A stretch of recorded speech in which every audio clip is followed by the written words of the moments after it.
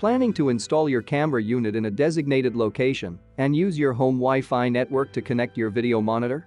Use the viewer to test which of your selected monitoring location within the house have good signal strength. Here is how. Make sure your viewer connected to your Wi-Fi network and find the Wi-Fi icon on the viewer.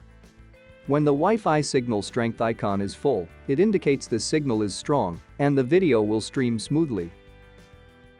When you see the following icons, it indicates the signal is weak. And when the icon is red, it indicates the signal is interrupted.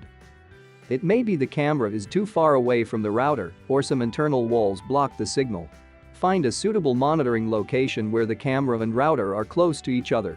Change the location until the Wi-Fi signal strength icon is full. If you are mounting the camera unit on the wall, watch how to mount the camera unit.